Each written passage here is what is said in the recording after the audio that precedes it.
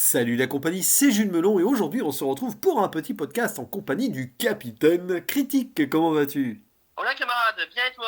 Bien ma foi, ça va. Et puis on va poursuivre nos podcasts séries. Alors attention, pas une rétrospective ici, mais une nouveauté puisqu'elle vient de se terminer sur Disney+, la Ah, fameuse série du MCU Loki.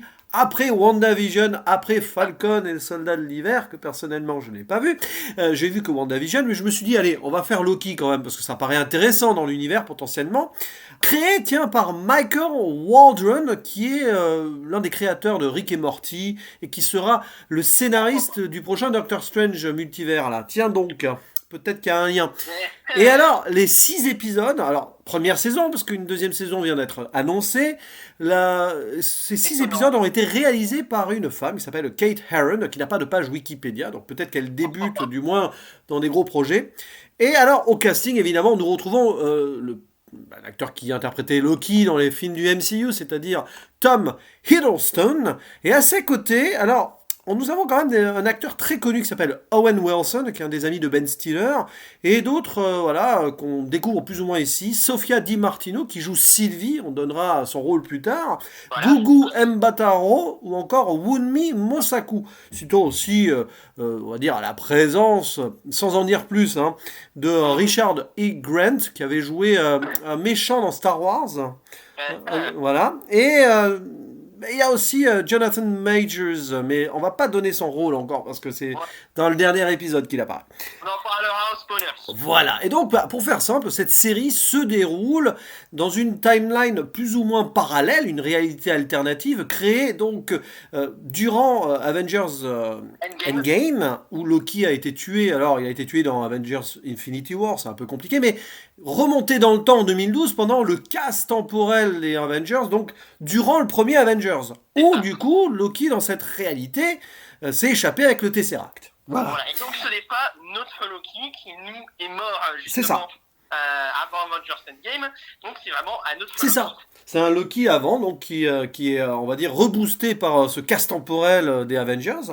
Et du coup, bah, forcément, il n'a pas vraiment lieu d'être là, et donc il va être arrêté, notre Loki alternatif, par la TVA. Alors la TVA, attention, hein, c'est pas les impôts qui Alors non, l'arrêtent. le TVA, le Oui, TVA. le Justement, la TVA. TVA c'est les impôts, mais le Là, TVA en fait, c'est... ça dépend parce que en VF, c'est le tribunal des variations Voilà.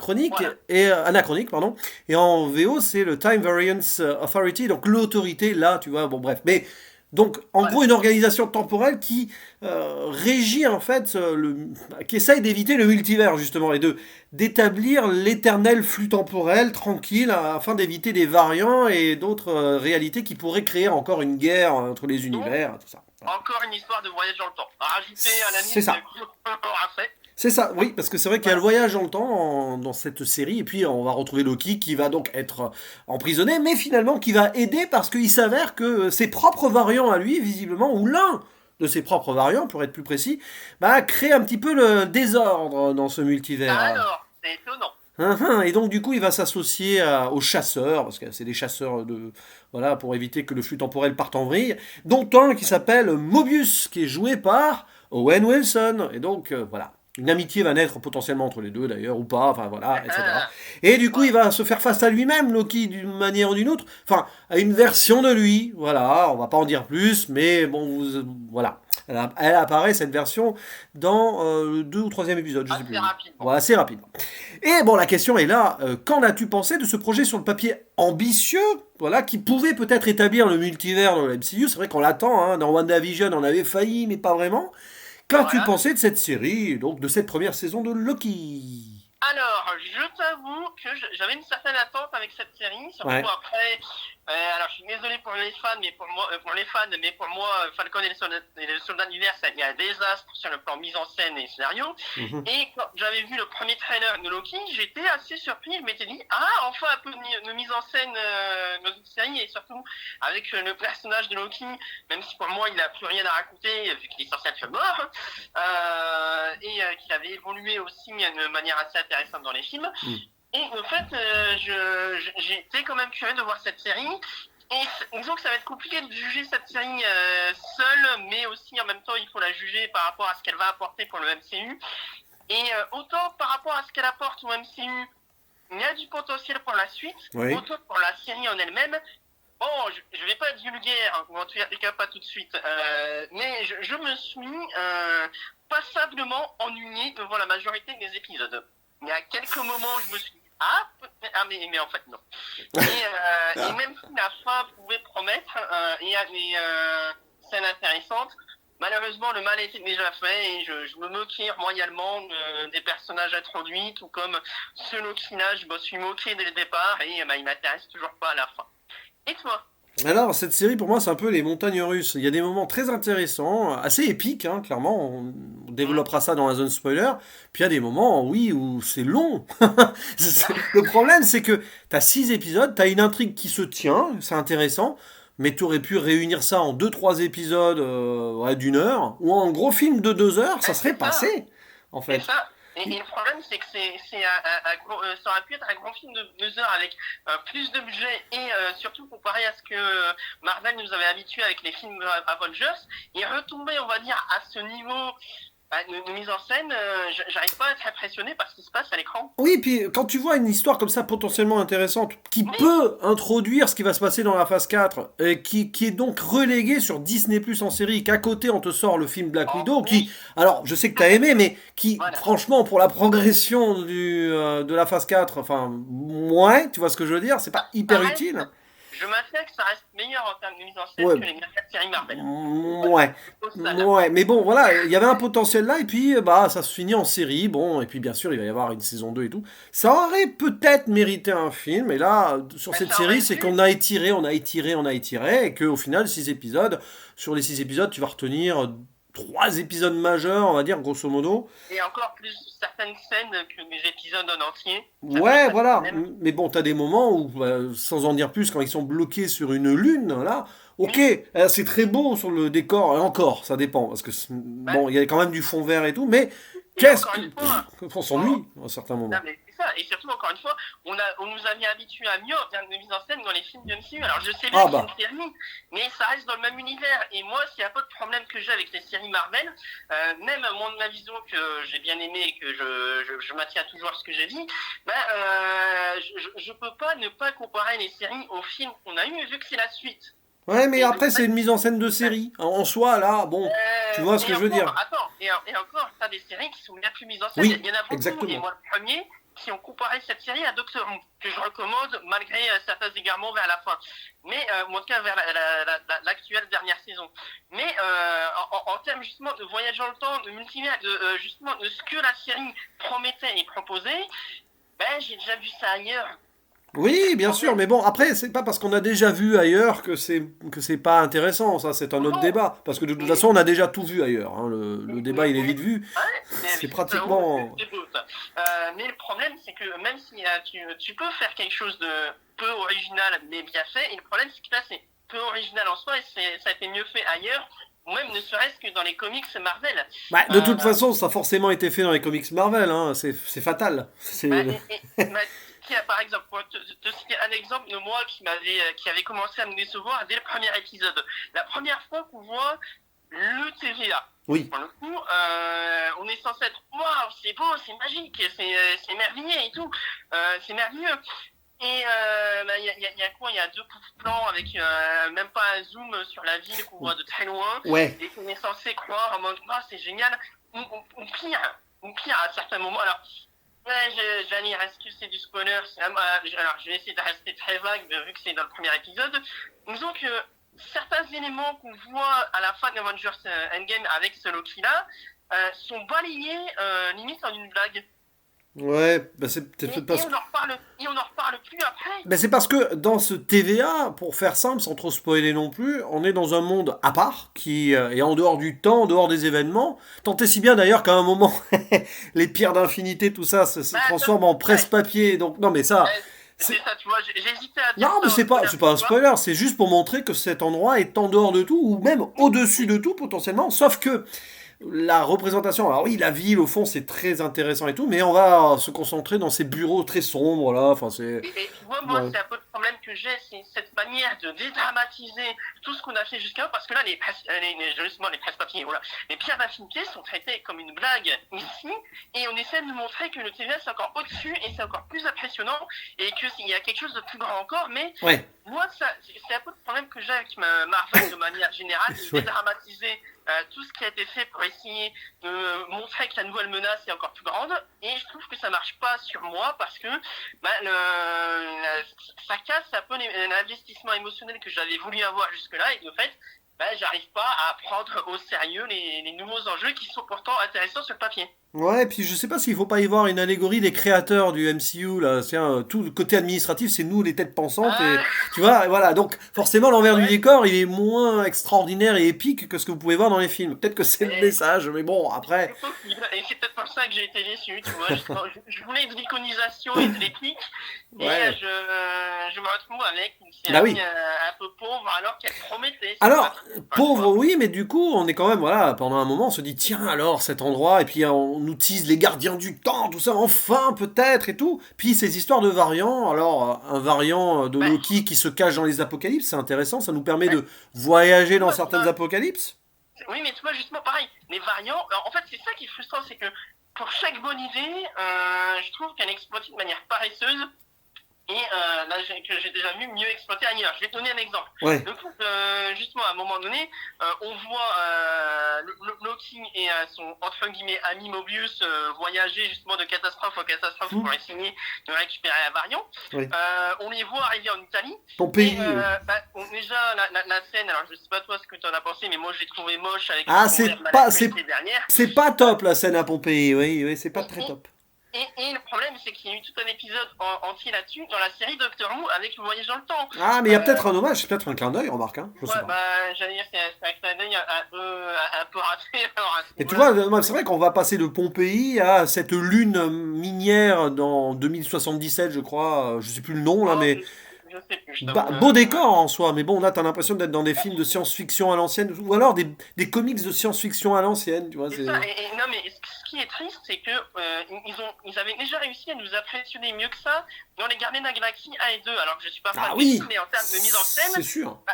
Et je sais bien que on m'a déjà fait le reproche de comparer, mais encore une fois, c'est la suite logique. Donc je peux pas être. Est-ce qu'il y a moins de budget? Je pense qu'il y a eu moins de budget que pour un film. Enfin, je sais pas. Hein. Sûrement, et c'est le problème que je fais justement à cette volonté de faire des séries, parce que de fait, je peux pas être impressionné, même si on me le demande de l'être, alors que j'ai déjà été avant mieux dans la même licence. Remarque, 150 millions de dollars de budget, c'est quand même pas mal. Mais voilà, pour en revenir donc au voyage temporel, tout ça, au moins en voyage, le problème c'est que parfois on stagne, et dans l'intrigue, sur 2-3 épisodes, c'est pas que tu avances pas. On essaie de construire à un moment la relation entre Loki et son variant. D'ailleurs, petite parenthèse, appelée donc les variants en ce moment, bon, ça rappelle légèrement un peu les problèmes qu'on a avec d'autres variants plus embêtants. Ça n'a pas aidé. Ça n'a pas aidé, j'avoue, à ce moment. Les variants aussi, il y avait tellement d'idées de mise en scène potentielle avec Loki. Mais bon, voilà, mais il y a un moment, donc pour en revenir à cette histoire de variant, on essaye de construire sa relation avec ce variant parce que, voilà, etc. Mais ça a une incidence sur le final. On comprend que tout ça a été fait pour nous impliquer sur le grand final, mais du coup, on va peut-être passer à la zone spoiler, parce que c'est pas qu'on tourne en rond, mais là, forcément... Juste avant la zone spoiler, je finirais. En fait, pour moi, cette série-là, bon, plus encore que pour certains films Marvel, j'ai l'impression que c'est un gros teaser pour un futur film. Mais bien sûr, ça ressemble. On va pas dire à ce qu'il pourrait y avoir après, parce que là, on commencerait à spoiler la fin. Mais un dernier mot, les acteurs sont à peu près impliqués. Moi, j'aime bien Owen Wilson. Voilà, et puis Tom Hiddleston, il campe très très bien son personnage de Loki. Voilà, c'est. Voilà, on va être juste avec cette série. L'acteur qui joue Loki, on sent qu'il s'amuse malgré tout avec son personnage de le retrouver comme à l'époque. Puis Sofia Di Martino, bon, allez, ça passe, mais c'est vrai qu'on la découvre ici, donc bon, on dit pas vraiment son rôle encore, mais on va y venir. Pareil, et c'est le problème, les autres personnages avaient un potentiel intéressant, mais... la juge, la fameuse juge qui va avoir un rôle plus important vers la fin, ou la chasseuse aussi qu'on voit souvent, oui, c'est intéressant. Mais tu vois, et je finirai là-dessus avant d'entrer dans la zone spoilers, à la fin de la série, j'ai eu l'impression de me dire, tout ça pour ça... Ah alors, on va y arriver, du coup, attention, spoiler. Bon, il y a quand même des choses, avant d'arriver sur le final, qui sont... on va dire potentiellement intéressante, quand il rencontre son variant qui est en fait Sylvie, donc le variant Voilà. féminin de Loki. Et visiblement, voilà, alors ils s'aiment pas trop, puis finalement on sent qu'ils vont s'apprécier, et potentielle histoire d'amour. Moi, ça m'a un petit peu, ça m'a fait marrer, ça me fait dire que tiens, Loki, en gros, il ne peut tomber amoureux que d'une version de lui-même. C'est très narcissique. Et c'est ça qui est un peu triste, c'est qu'au début, la première fois que tu la vois échanger de corps et parler avec Loki, et où tu vois justement que les autres personnages, ils sont comme Loki en version entre guillemets méchant, comme le premier Avengers, mais une fois qu'on voit vraiment Sylvie et elle commence à parler, j'ai l'impression de voir un autre personnage que Loki. Ouais. Et si t'enlèves le costume, j'ai pas l'impression de voir un Loki.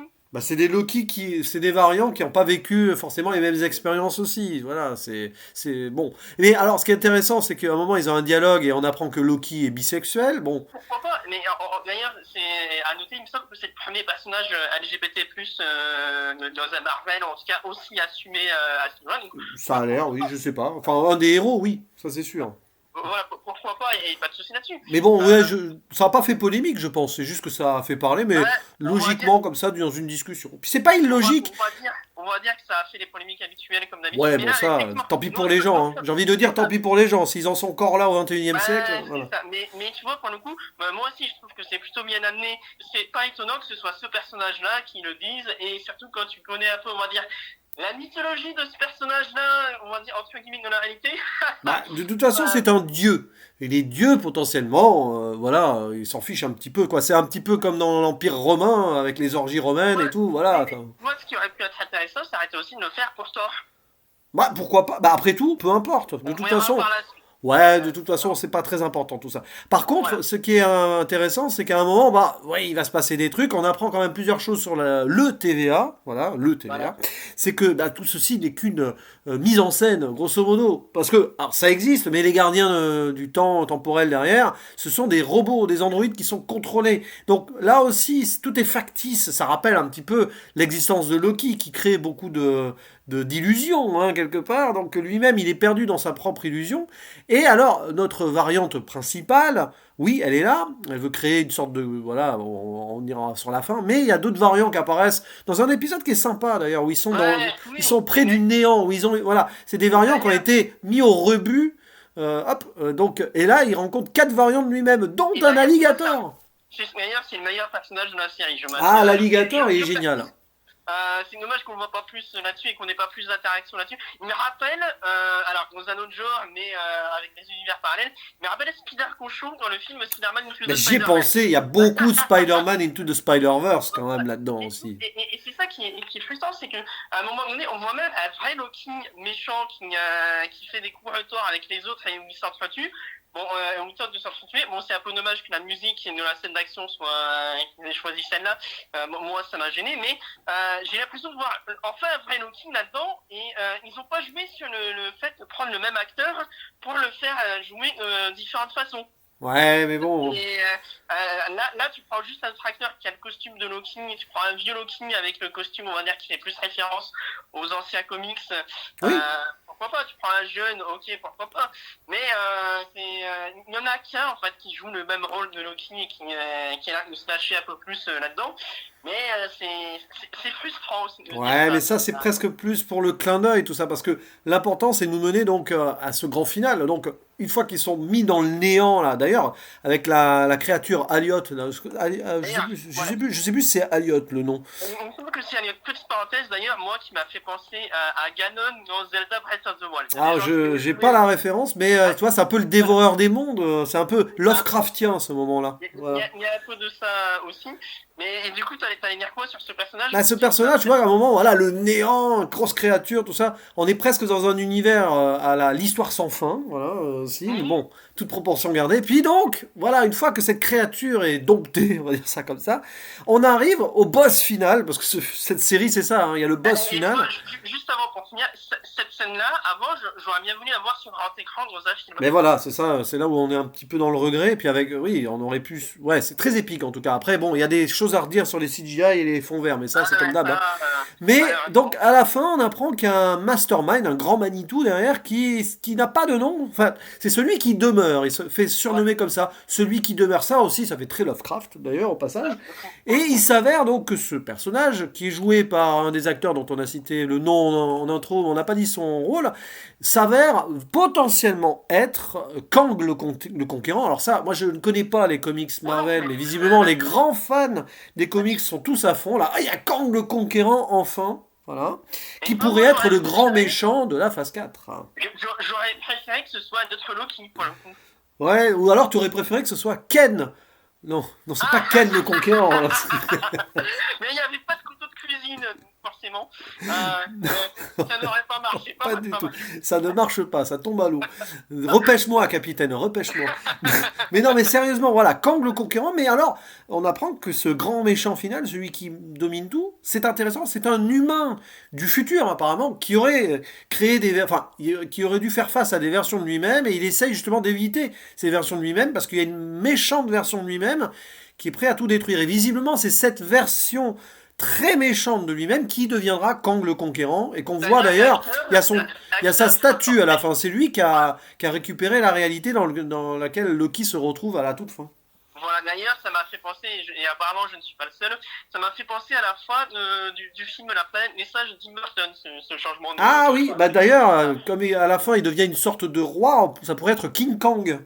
Oh Bon, bah, c'est con. C'est un autre singe du coup. Mais ouais, non, mais il y a quelque chose. Alors là, pour le coup, je me suis dit, bon, allez, la série, elle est... Ouais, voilà. Mais au moins, ça annonce quelque chose de potentiellement intéressant dans la phase 4. Et enfin, l'ouverture du multivers. Ça y est, cette fois-ci. Voilà. Et d'où l'intérêt d'ailleurs du Doctor Strange 2, qui sera donc scénarisé par le même scénariste qu'ici. Et apparemment, Loki reviendra dans ce film. Donc, il y a une logique. Et moi, tu vois, c'est un peu le problème que j'ai. Du coup, maintenant, ça veut dire que potentiellement, tu peux faire revenir des morts à la vie. Et l'investissement émotionnel avec ça, je ne vais pas dire est caduque, mais si tu veux faire revenir Tony Stark, tu dis qu'il vient d'un autre univers et paf, Mais oui. c'est pesé. Et ils peuvent même le mettre avec un autre acteur. C'est ça. D'ailleurs, cette série, mine de rien, Loki, elle nous montre que oui, on peut avoir des personnages d'autres univers et que si les acteurs ne veulent pas revenir dans leur rôle, c'est pas grave, on peut en caster un autre. Allez. C'est totalement ça. Et tu vois, et justement, ça m'a fait aussi penser. Alors là, c'est les plus anciens s'en souviendront peut-être. La série Sliders. Ah oui, oui. À un moment donné, justement, tu vois une version du héros principal en femme et qui, à la fin, entre guillemets, s'avère plus ou moins méchante, mais qui veut protéger ce monde par rapport aux autres et on la considère comme méchante. Mais voilà, tu vois, même le fait que ce soit une femme, bon, je vais pas dire que c'était prévisible au départ, mais c'est ce qui est frustrant avec cette série, de manière générale. Il y a un potentiel pour la suite qui peut potentiellement être grandiose. Oui, la série en elle-même est trop timide pour ce que ça veut raconter. Et puis n'oubliez pas qu'avant Doctor Strange 2, il va y avoir le Spider-Man 3 No Way Home, où il va y avoir probablement des personnages du multivers. Il y a déjà Octavius qui sera. Donc, oui. Alors qu'il est censé être mort, mais bon... C'est ça. Et probablement, allez, c'est pas confirmé du tout, mais bon, on essaye de nous cacher ça, mais Tobey Maguire et Andrew Garfield, à mon avis, on va y avoir droit aussi. Donc voilà. As-tu d'autres choses à rajouter dans cette zone spoiler du coup? A priori non. Ah oui, si, un dernier truc, Sylvie quand même et Loki qui s'embrassent et tout, mais elle le trahit derrière, voilà. Bon. En fait, ce qui me fait rire, c'est que j'ai vu beaucoup qui ont adoré ce baiser-là, mais qui n'ont pas aimé un baiser dans Star Wars 9, alors que c'est mieux amené, je trouve, dans Star Wars 9 que là-dedans. Ouais. Personnellement, je les vois pas vraiment en couple à ce moment-là. Non, mais c'est le baiser de la trahison. En même temps, elle l'aime peut-être, mais son personnage, c'est un Loki. Voilà. Ouais, donc t'as compris quoi, l'idée elle est là. Et du coup Loki, notre héros, donc Loki Tom Hiddleston, à la fin se rend compte vraiment qu'il est seul quelque part et que ça le remet face à sa propre personnalité. Il va peut-être bien évoluer par la suite du coup. Et tu verras qu'on retrouvera ce Loki et cette Sylvie dans les films Avengers. Ah mais bien sûr que oui, bien sûr ça va revenir, ça me paraît évident.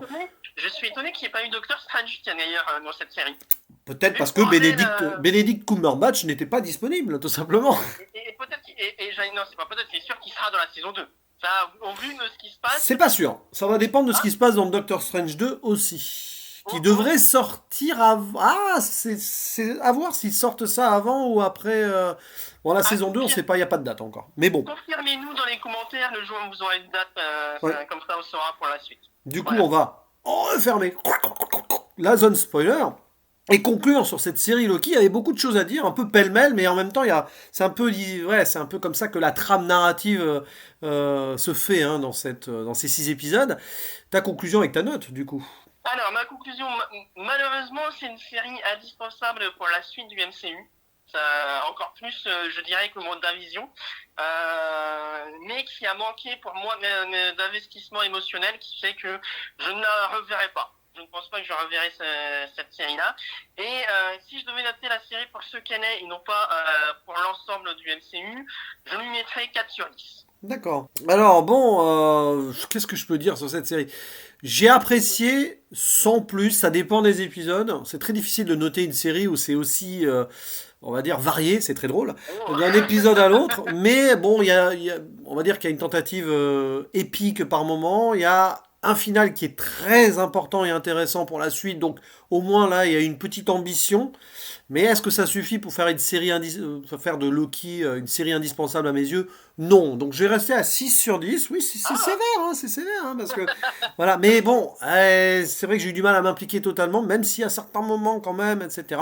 Heureusement, Tom Hiddleston, donc et son personnage, voilà, c'est plaisant à suivre. Les autres acteurs autour, ouais, ça va, ça roule, hein, comme on dit. Il y a des petits rebondissements sympas aussi, même si on en voit certains venir, au moins ça avance. Et voilà, on voyage. C'est une série où on voyage, que ce soit à la fois spatialement et temporellement, et même au-delà du temps. C'est ça qui est génial. je finirai en disant que j'espère que le MCU ne nous mènera pas en bateau. Oh Ah, là là là là. merci. Ouais, c'est Monsieur Ancre qui te l'a soufflé derrière. Voilà, il fallait bien qu'on la place à un moment donné. Oui, capitaine. Voilà, ça c'est fait. En tout cas, merci beaucoup pour ce duo. Hein. Au moins, on s'est automotivé l'un l'autre à regarder cette série. Ce trio, pour le Oui, coup. ce trio, parce qu'il y a Monsieur Ancre qui se cache. D'ailleurs, il s'est caché. Là. Il retournait se coucher, Monsieur Ancre. Il a la tête dans l'encre. Du coup, voilà. Dans les nuages, voilà. Il a la tête dans l'encrier. En tout cas, c'est n'importe quoi. Merci beaucoup. Puis bah, il ne nous reste plus Merci à toi. que faire le mot de la fin, le traditionnel. À À la la prochaine. prochaine. Ciao. Ciao.